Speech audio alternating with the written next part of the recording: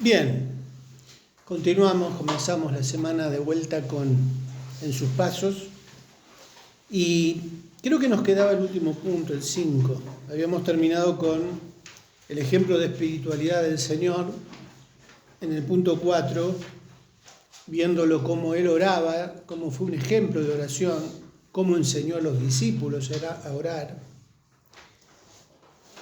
y cómo nos sigue enseñando a nosotros.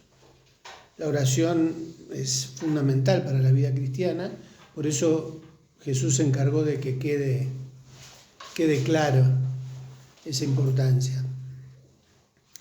En el punto 5 también tenemos como, dentro del punto de espiritualidad, que guardaba la palabra. ¿Qué dice Mateo 5, 17 al 18? No penséis que he venido para abrogar la ley o los profetas. No he venido para abrogar, sino para cumplir. Porque de cierto os digo, que hasta que pasen el cielo y la tierra, ni una gota ni una tilde pasará de la ley hasta que todo se haya cumplido.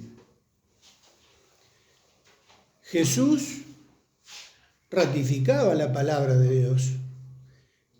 Todo lo que era el Antiguo Testamento, para lo que es para nosotros, lo que era para ellos, no pasaba de moda, no es que era algo que quedaba en el tiempo. No va a pasar ni una jota ni una tilde, dice el Señor, ni el más mínimo detalle. Eso es importante. En el punto A dice, garantizó que Él junto al Padre vendrían a vivir en aquellos que guarden su palabra. ¿Qué dice Juan, el Evangelio? 14:23.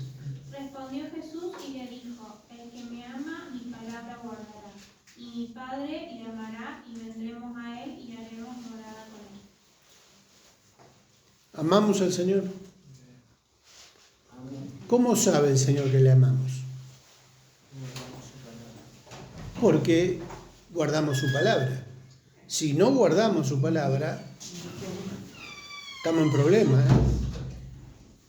A veces uno escucha decir, sí, yo amo al Señor y gloria a Dios y aleluya, palabra de Dios. Qué espiritual, ¿no? Uno diría.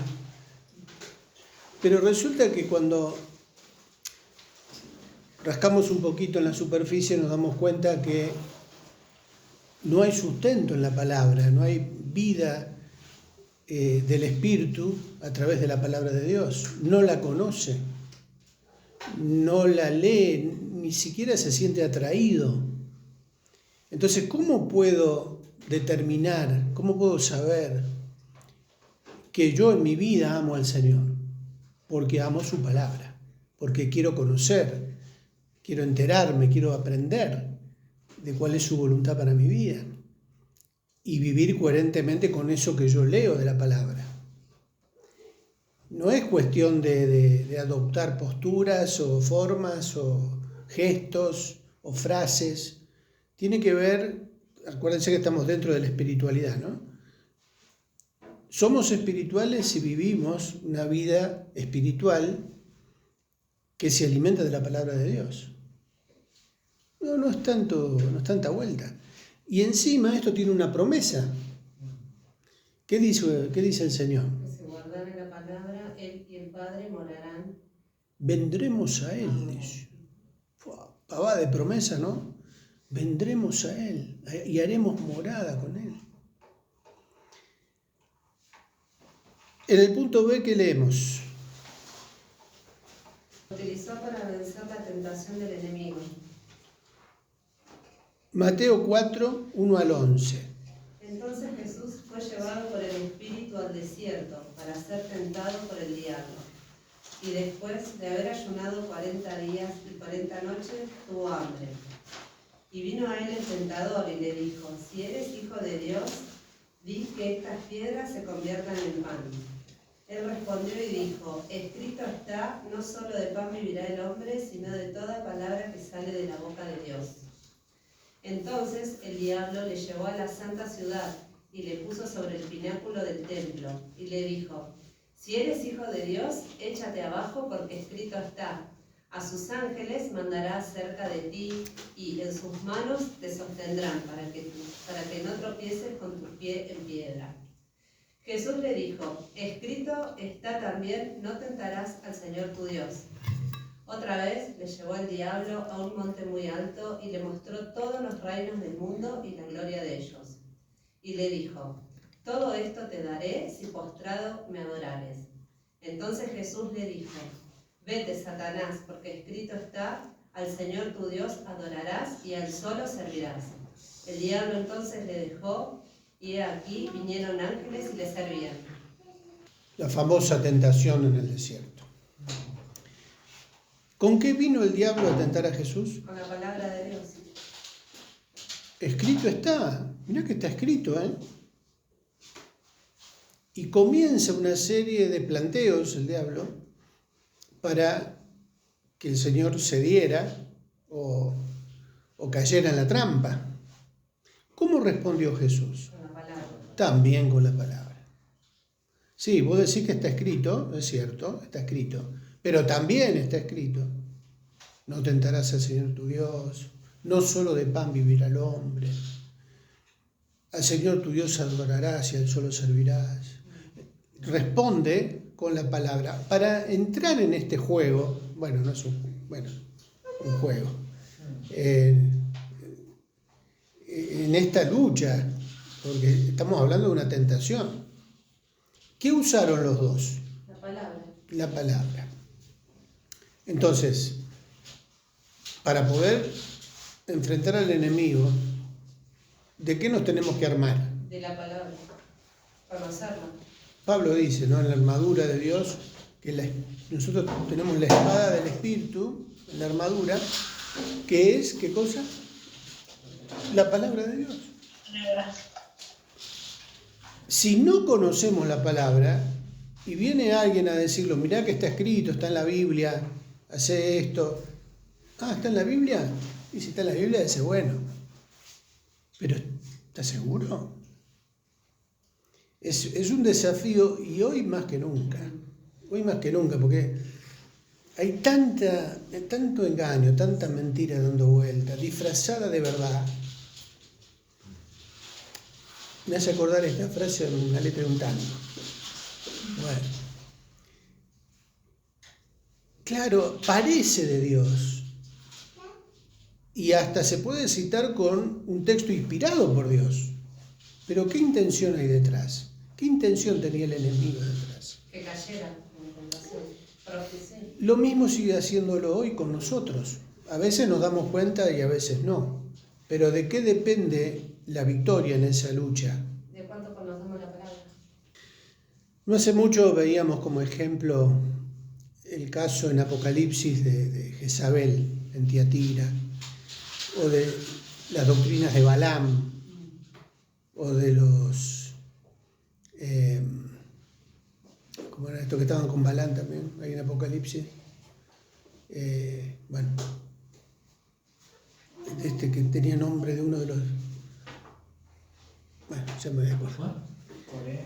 No, de Balaam y los... Bueno, si alguien se acuerda, me lo chusmea. ¿Qué eran? Eran doctrinas que se habían infiltrado dentro de la iglesia. O sea, no estamos hablando... Los Nicolaitas. Oye, Daniela, hoy viniste... Los Nicolaitas. Balaam y los... Estoy leyendo eso acá de ¿sí? las iglesias. Claro. Y con tu apunte del curso que está muy bueno de las iglesias. Claro, entonces fíjense que este tipo de engaños no es que venía del mundo. Sí, por supuesto, tiene que ver con una cuestión espiritual del mundo, pero ¿en dónde se había instalado? Dentro de la iglesia. Por eso también cuando vemos en la escuela bíblica la materia de apologética, inicialmente la apologética apunta a la predicación del Evangelio, a demostrar con la palabra de Dios las verdades de la palabra de Dios frente al engaño del mundo. Pero una de las cosas que nos dimos cuenta en los primeros cursos es que ahora los que más necesitan de la apologética bíblica somos los cristianos. somos nosotros, porque nos damos cuenta de que estamos haciendo agua en un montón de temas que no sabemos explicar, que no sabemos responder. Y viene uno cualquiera y te dice, no, pero esto no hay problema de que vos practiques esto, porque esto Dios lo aprueba. Era lo que hacía Jezabel. Eran las doctrinas que estaban enseñándose adentro de la iglesia. Porque en el mensaje a Tiatira, el Señor, ¿qué dice? Entre las cosas que tiene contra la iglesia. Tienes ahí a esta mujer Jezabel, dice que la toleras. Toleras ahí a esta mujer Jezabel, que se dice profetiza, a que enseñe a mis siervos a fornicar, a comer de los sacrificados a los ídolos. Epa, ¿cómo puede ser esto? ¿Una adivinadora, señor? Bueno, ahí como dice el texto. Toleras a esta mujer que se dice, profetiza creo que dice, a que enseñe a mis siervos, o sea, era alguien que estaba dentro de la iglesia en un ministerio de enseñanza, o sea, enseñando a quienes, a los que querían servir al Señor. ¿A qué les enseñaba? A participar de aquellas cosas que Dios condenaba. En esa época era muy común, estaban de moda los sofistas. ¿Quiénes eran los sofistas? Eran filósofos, era una rama de la filosofía. Los sofistas pertenecían a la rama de la filosofía, que enseñaban sofismas. ¿Qué eran los sofismas? Eran argumentos que se elaboraban para justificar algo, para blanquear algo. Ejemplo, era muy común esto en las iglesias del primer siglo y los primeros cristianos, especialmente los que estaban en el mundo gentil. ¿Por qué? Porque comían de los sacrificados a los ídolos, porque era una costumbre, especialmente si trabajaban para un amo gentil. Se sacrificaban animales, pero no es que se sacrificaban y se dejaban los animales en el altar del sacrificio, sino que se sacrificaba una parte y la otra parte volvía a la casa para comer. O se vendía en las carnicerías. La parte que quedaba del sacrificio se podía vender, como se vende hoy en cualquier carnicería de barrio. En alguna parte Pablo dice, enseñando, de todo lo que venden en la carnicería pueden comer. Era una manera de justificar el comer, pero siempre y cuando la conciencia de una persona no lo acusara si sabía que eso se había sacrificado a los ídolos. Sí. ¿Se entiende? Si fue sacrificado a los ídolos, abstenete. Bueno, había algunos que participaban no solo de la comida sacrificada a los ídolos, sino que también de la fornicación. Participaban de orgías en los templos dedicados a la fornicación, a Venus, a todos los templos a los diferentes dioses. ¿Qué hacían los sofistas? No te hagas problema, vos decís esto, y lo que decían era un sofisma, era un argumento. Vos no lo sacrificaste, lo sacrificó tu patrón. O sea, vos estás libre de responsabilidad. Comé tranquilo, no hay problema. La fornicación, el cuerpo es malo, lo que hay que cultivar es el espíritu. No te hagas problema por tu cuerpo porque es para que se deleiten los placeres de la carne, pero vos más que nada preserva tu espíritu, no hay ninguna culpa en eso. Por ejemplo, estoy citando así algunos de esos argumentos relacionados con lo que se enseñaba a los cristianos. Pero así con todo tipo de cuestión. Ahora, ¿qué se hacía? Se pagaba por los sofismas. Uno iba, especialmente en las plazas, ¿no? Era muy común en las plazas públicas. Ahí estaban los sofistas. Y vos querías algún consejo, es como ir a los abogados hoy a pagar por un consejo legal.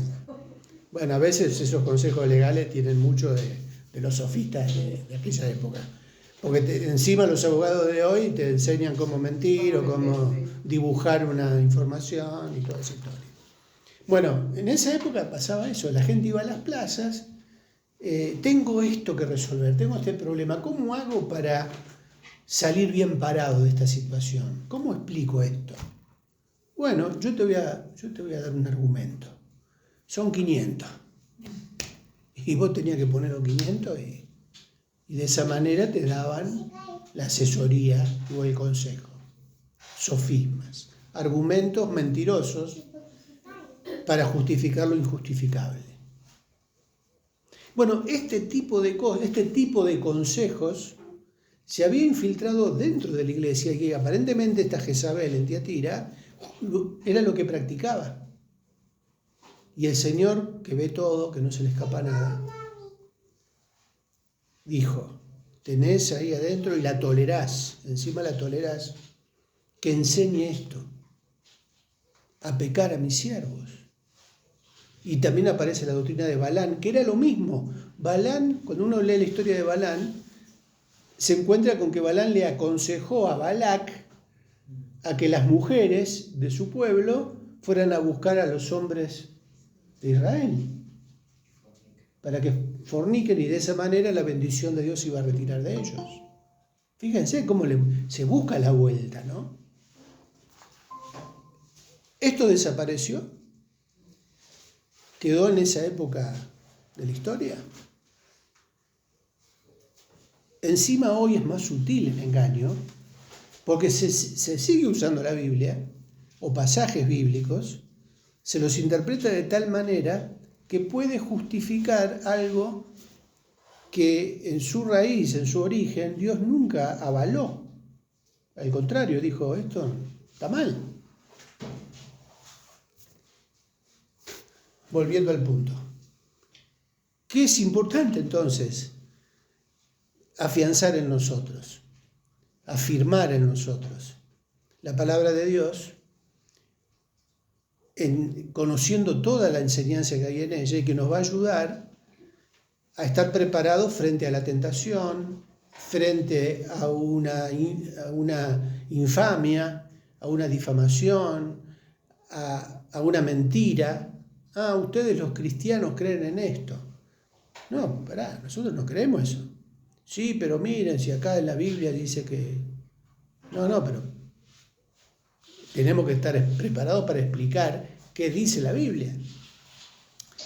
Pastor, por eso el Señor dice que, no me acuerdo en qué versículo, que dice, el pueblo perece por falta de conocimiento. Exacto. A eso se relaciona escudriñar bien para no, porque hasta el Señor mismo dice, claro, que conozcamos, porque si no, el pueblo, no sé qué pueblo, bueno, el pueblo pereció, por eso. Claro, exactamente. A eso se relaciona. Claro, hay una ignorancia comprensible, que es la ignorancia del desconocimiento. Pero hay otra ignorancia que es deliberada, elijo ignorar. Porque me doy cuenta de que si yo conozco la verdad, después no tengo excusa. Vos lo sabías, vos lo entendiste, vos lo escuchaste, no quisiste obedecer, eso es otra cosa. ¿Se entiende entonces este punto, la importancia de fundamentar nuestra vida en la palabra de Dios? Eso es espiritual, aunque a veces se diga dentro de las iglesias que la letra mata. ¿Para qué tanto estudio? ¿Para qué tanto conocimiento? El espíritu vivifica, la letra mata. ¿Y cuál versículo se usan? Las muchas letras te vuelven loco, Pablo. Yo no me quiero volver loco. Una vez a mí me dijeron, cuando empezaba en mis primeros años en el Señor, ¿no?, que quería aprender todo, quería saber todo, quería estudiar. Alguien del barrio me dijo, mirá que si lees mucho la Biblia te vas a volver loco, ¿eh? Bueno, pero fue el barrio, el problema es cuando sale. Claro, lo triste es cuando se desalienta el estudio de la palabra de Dios dentro de la iglesia. Eso es lo que causa tristeza. no, ¿para qué aprender tanto, estudiar tanto? Nunca vamos a poder conocer a Dios. Bueno, no me hagan dar manija porque... Y claro, ¿no? Lo espiritual es esto del espíritu, ¿no? Los dones del espíritu. Bueno, pero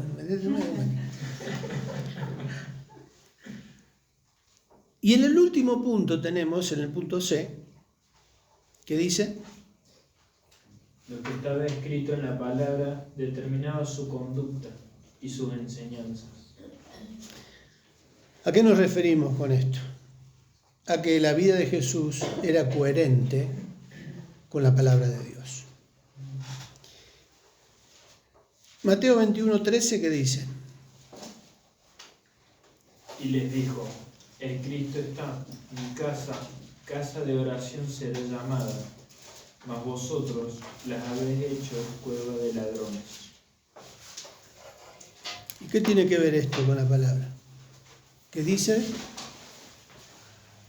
Mi casa De oración será llamada. ¿De dónde sacó eso Jesús? De Isaías, Claro, de la misma palabra. O sea, lo que Jesús está citando ahí es algo que estaba escrito. Por eso se indignó el Señor. ¿Se entiende el punto? Mi casa será llamada casa de oración. ¿Qué dice 26:31?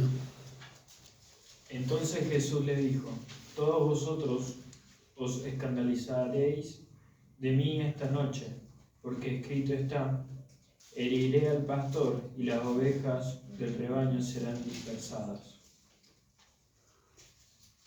¿Dónde está eso? Zacarías 13. ¿Qué citó el Señor? Palabra. Marcos 14:21. A la verdad, el Hijo del Hombre va, según está escrito de él.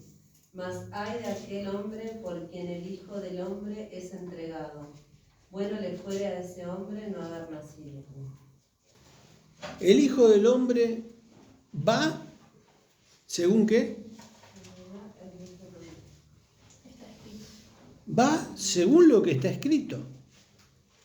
O sea, la vida de Jesús siempre mantuvo esa coherencia con lo que ya estaba profetizado acerca de él. No hay nada de lo que fue profetizado acerca del Señor que no se haya cumplido. Y Jesús lo sabía. Jesús era consciente de eso. Él sabía que su vida era una confirmación profética de lo que antes había sido escrito. En 27. Entonces Jesús les dijo, 14:27, todos os escandalizaréis de mí esta noche, porque escrito está, heriré al pastor y las ovejas serán dispersadas. Escrito está, heriré al pastor y las ovejas serán dispersadas.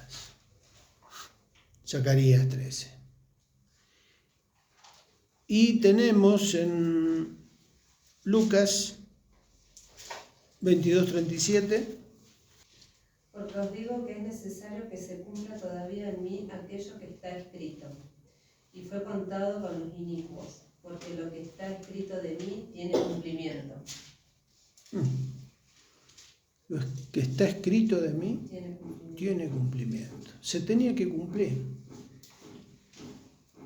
Contado con los inicuos. Profecía que está en Isaías 53. Juan 2:17. Entonces se acordaron sus discípulos que está escrito, el celo de tu casa me consume.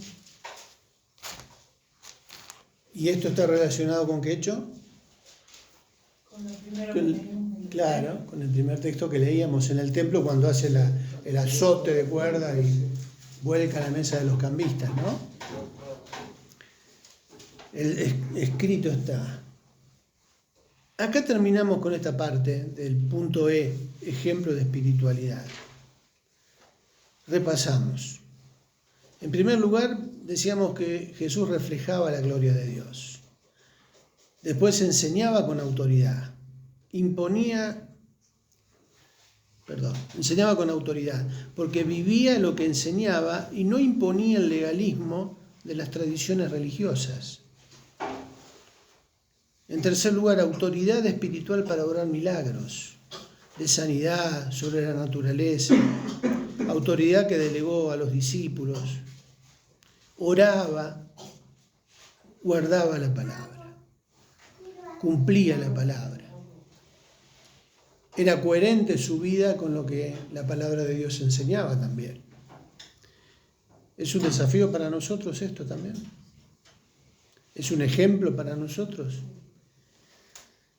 La gente cuando nos ve algo de la gloria de Dios. Oh, qué cosa, ¿no? Uno dice, no llegamos ni a prender un foquito LED. Justamente en el mundo de hoy se necesita marcar una diferencia, ¿no? Alumbrar en medio de las tinieblas. No tenemos excusa para decir, son muchas las tinieblas. No, mi luz no llega a alumbrar tanto. Bueno, justamente, ahí está el desafío. Porque si nos dejamos ahogar por las tinieblas, si no marcamos una diferencia, ¿qué referentes podemos ser? ¿Qué puede ver la gente en nosotros si nos decimos cristianos? Pero no hay una diferenciación en nuestro estilo de vida con el estilo de vida del mundo. Entonces, bueno, ahí está el tema, ¿no? ¿Cómo hizo el Señor para sobrevivir en un mundo así? Porque Juan decía que Él vino al mundo, vino a un mundo que, dice, a lo suyo vino y los suyos no le recibieron. Y después más adelante Juan mismo dice que esta es la condenación, que los hombres amaron más Las tinieblas que la luz. porque sus obras eran malas. Entonces ahí está la cuestión, ¿no? Si nosotros queremos hacer la voluntad de Dios y obedecerle, nuestras obras como consiguiente tienen que ser coherentes con lo que la palabra de Dios nos pide, ¿no? Lo que el Señor nos enseña. Eso ya en sí mismo es marcar una diferencia y poner en evidencia que lo opuesto es tinieblas.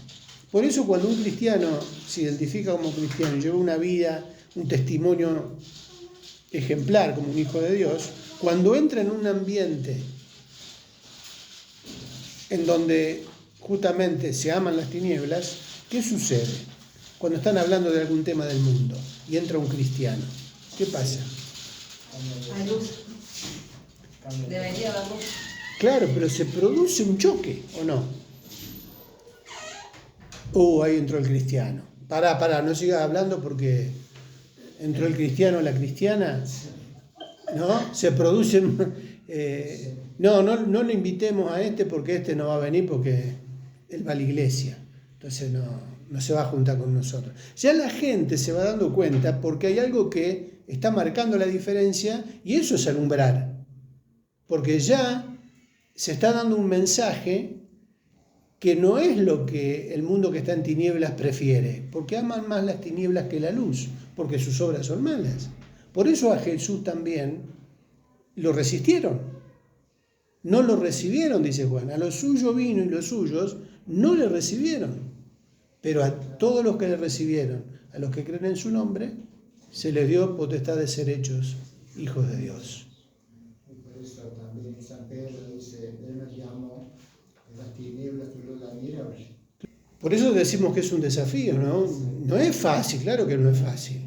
Y va a ser cada vez más difícil, porque se va a volver cada vez más hostil este mundo frente a las cosas de Dios. ¿Nos vamos a animar? Como Jesús se animó, como Juan el Bautista se animó, como los discípulos que pagaron con su vida el mensaje del Evangelio. La mayoría de los discípulos murieron martirizados.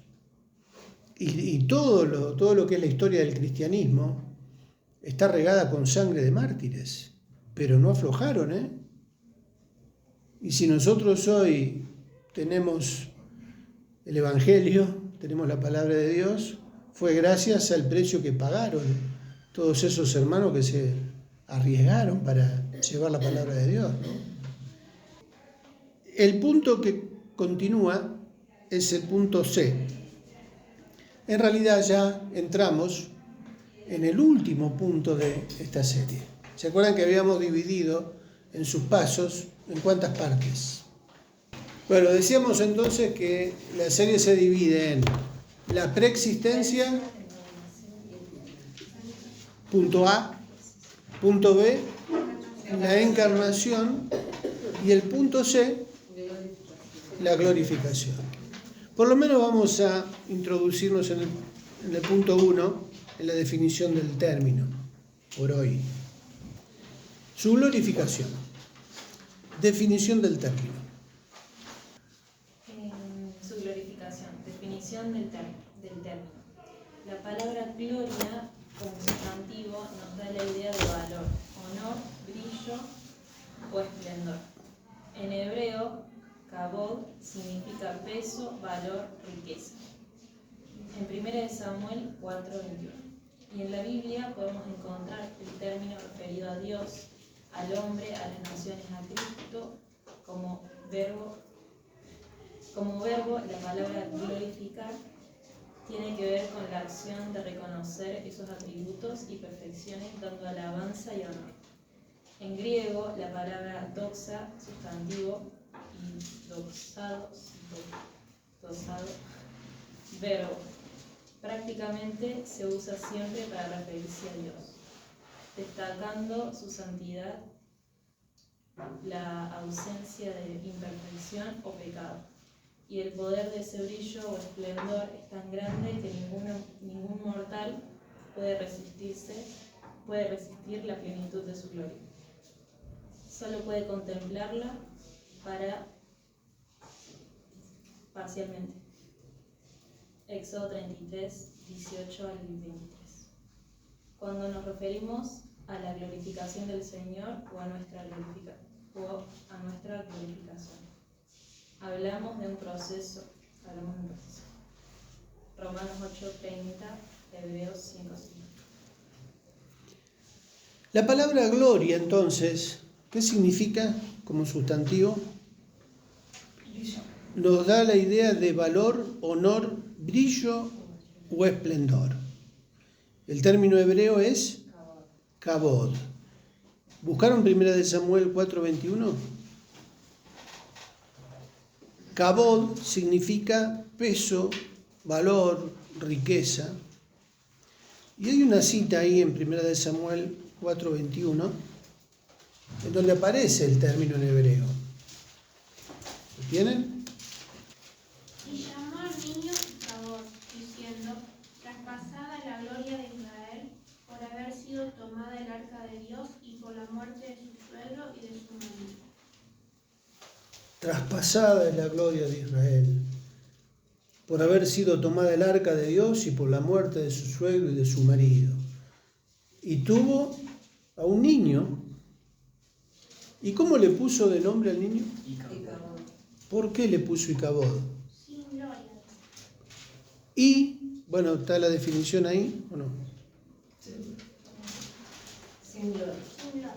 Porque I significa sin, y Kabod, gloria. Entonces, ¿qué significa el nombre Icabod? Sin gloria. O sea, este niño nació en el medio de un desastre, en medio de una tragedia. La gloria de Israel se fue. El arca ya no está. La muerte del suegro, el dolor. ¿Qué gloria hay ahí? Pero también dice, referido a Dios, al hombre, a las naciones, a Cristo como verbo, la palabra glorificar tiene que ver con la acción de reconocer esos atributos y perfecciones dando alabanza y honor. O sea, glorificamos, ¿no? Glorificad a Jehová porque su misericordia es para siempre. Es un término que exalta, ¿no? Que exalta, que reconoce un atributo, que alaba a Dios por eso, dando alabanza y honor. En griego la palabra doxa es el sustantivo y doxazo es el verbo. Prácticamente se usa para referirse a Dios, destacando su santidad, la ausencia de imperfección o pecado, y el poder de ese brillo o esplendor es tan grande que ningún mortal puede resistir la plenitud de su gloria. Solo puede contemplar parcialmente. ¿Se acuerdan la historia de Moisés? ¿Qué le pide a Dios? Que lo quería ver. Que lo quería ver. ¿Ya tienen el texto de Éxodo 33, 18 al 23? ¿Cómo fue ese momento? Él entonces dijo, te ruego que me muestres tu gloria. Y le respondió, yo haré pasar todo mi bien delante de tu rostro y proclamaré el nombre de Jehová delante de ti y tendré misericordia del que tendré misericordia y seré clemente para con el que seré clemente. Dijo más, no podrás ver mi rostro porque no me verá hombre y vivirá. Y dijo aún Jehová, he aquí un lugar junto a mí y tú estarás sobre la peña. Y cuando pase mi gloria, yo te pondré en una hendidura de la peña y te cubriré con mi mano hasta que haya pasado. Después apartaré mi mano y verás mis espaldas, mas no se verá mi rostro. Bien. ¿Por qué? ¿Podía alguien ver la gloria de Dios y sobrevivir a semejante experiencia, a semejante, poder que emana de la presencia de Dios?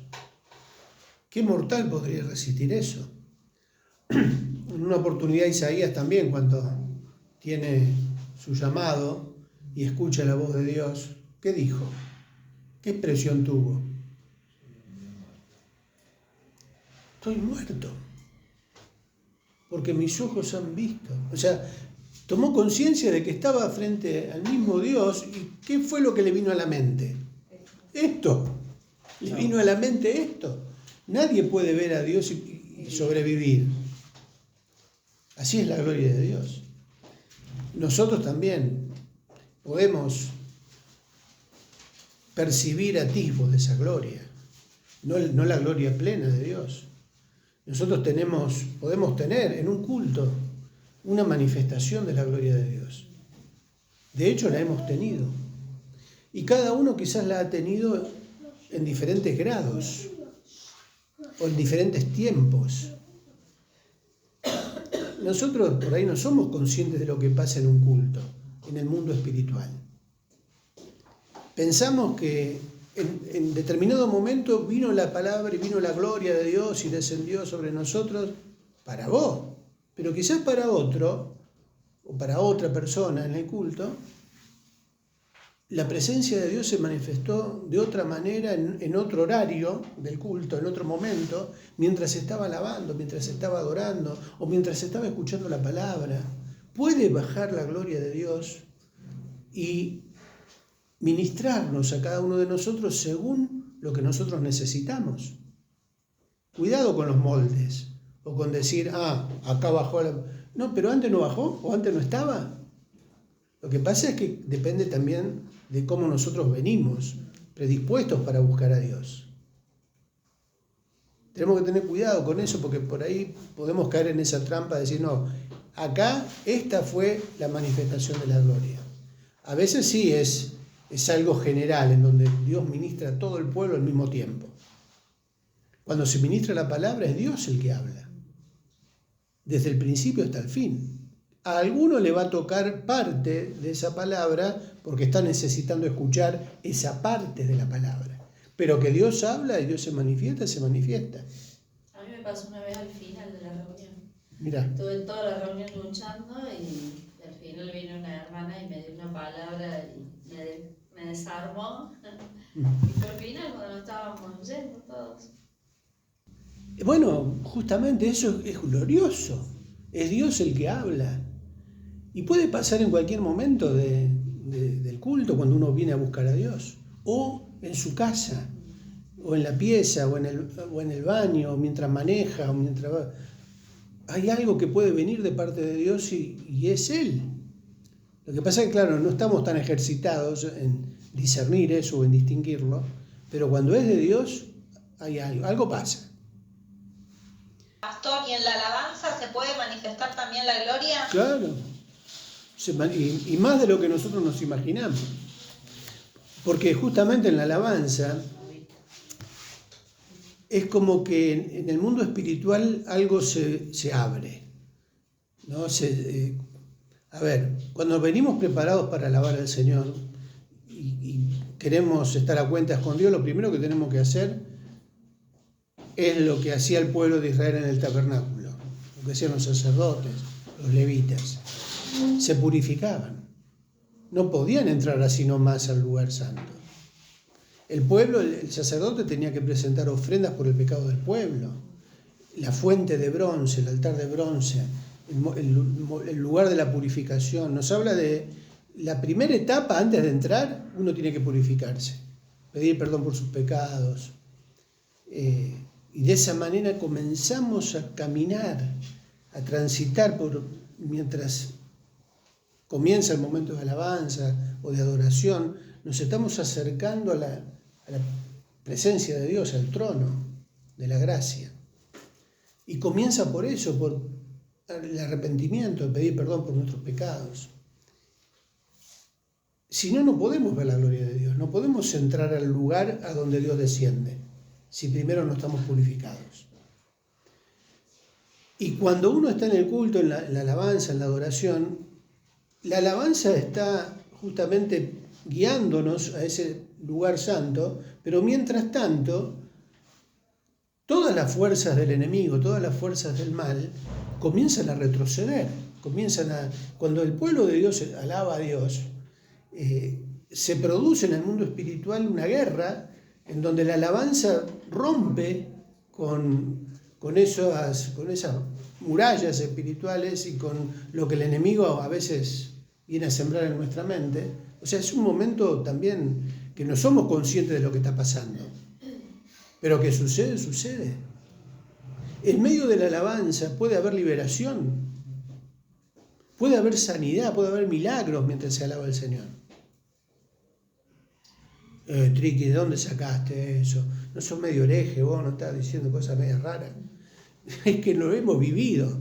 O sea, cuando el pueblo del Señor, ¿viste en la canción esa? Cuando el pueblo del Señor alaba a Dios, suceden cosas maravillosas. Hay sanidad, poder, liberación, se manifiesta la presencia del Señor. Y aquí se siente la presencia. Bueno, estamos con los enganchados campañeros. Empezamos con los enganchados campañeros. Bueno, pero ¿sucede o no sucede? Sucede. Y a veces sucede una manifestación de Dios tan sobrenatural en el momento de alabanza que después no nos damos cuenta que pasó, pero sucedió. A ver, yo hablo por mí, ¿no? Yo soy consciente que si Dios realmente se tendría que revelar con toda su gloria, no sé si lo podría resistir, no sé si lo podríamos resistir. No quedaría nadie parado, estaríamos todos de rodillas, si somos conscientes de lo que está pasando, si el Señor nos concede ver un momento de su gloria, es como lo de Moisés. Va a ser un poquito, porque no lo resistiríamos. Pero que sucede. Es espectacular. Cuando nos referimos a la glorificación del Señor o a nuestra glorificación, hablamos de un proceso. Acá es donde ya vamos recién entrando un poquito en el tema. La glorificación como un proceso. Bueno, Romanos 8:30, ¿lo tienen? De lo que predestinó, a esto también llamó. De lo que llamó, a esto también justificó. De lo que justificó, a esto también glorificó. Es un texto profundo, pero que está hablando ya de un proceso que comienza ¿dónde? ¿Qué dice el texto? De lo que predestinó, a esto también llamó. Primero, ¿qué fue? La predestinación. No se asusten, no vamos a entrar en la discusión de la predestinación, pero sí es una realidad o no. ¿Aparece en la Biblia la palabra predestinación? ¿O nos predestinó? Está. O sea, nos destinó previamente, antes de la fundación del mundo, y después que nos predestinó, ¿qué hizo? Llamó. Como diciendo, bueno, yo ya te tenía, ahora te llamo. Porque nadie puede estar enterado de que está predestinado a menos que Dios lo llame, ¿no? Ahora en el ámbito del fútbol, en el mundial, están todos esperando que el técnico lo cite. Pero ya antes lo tienen en una lista, ¿o no? Está predestinado para ocupar un puesto en el equipo, pero los tiene que llamar, los tiene que convocar. A estos también llamó, y a los que llamó, a estos también justificó, y a los que justificó, a estos también glorificó. ¿Nos explota la cabeza hasta ahora? No.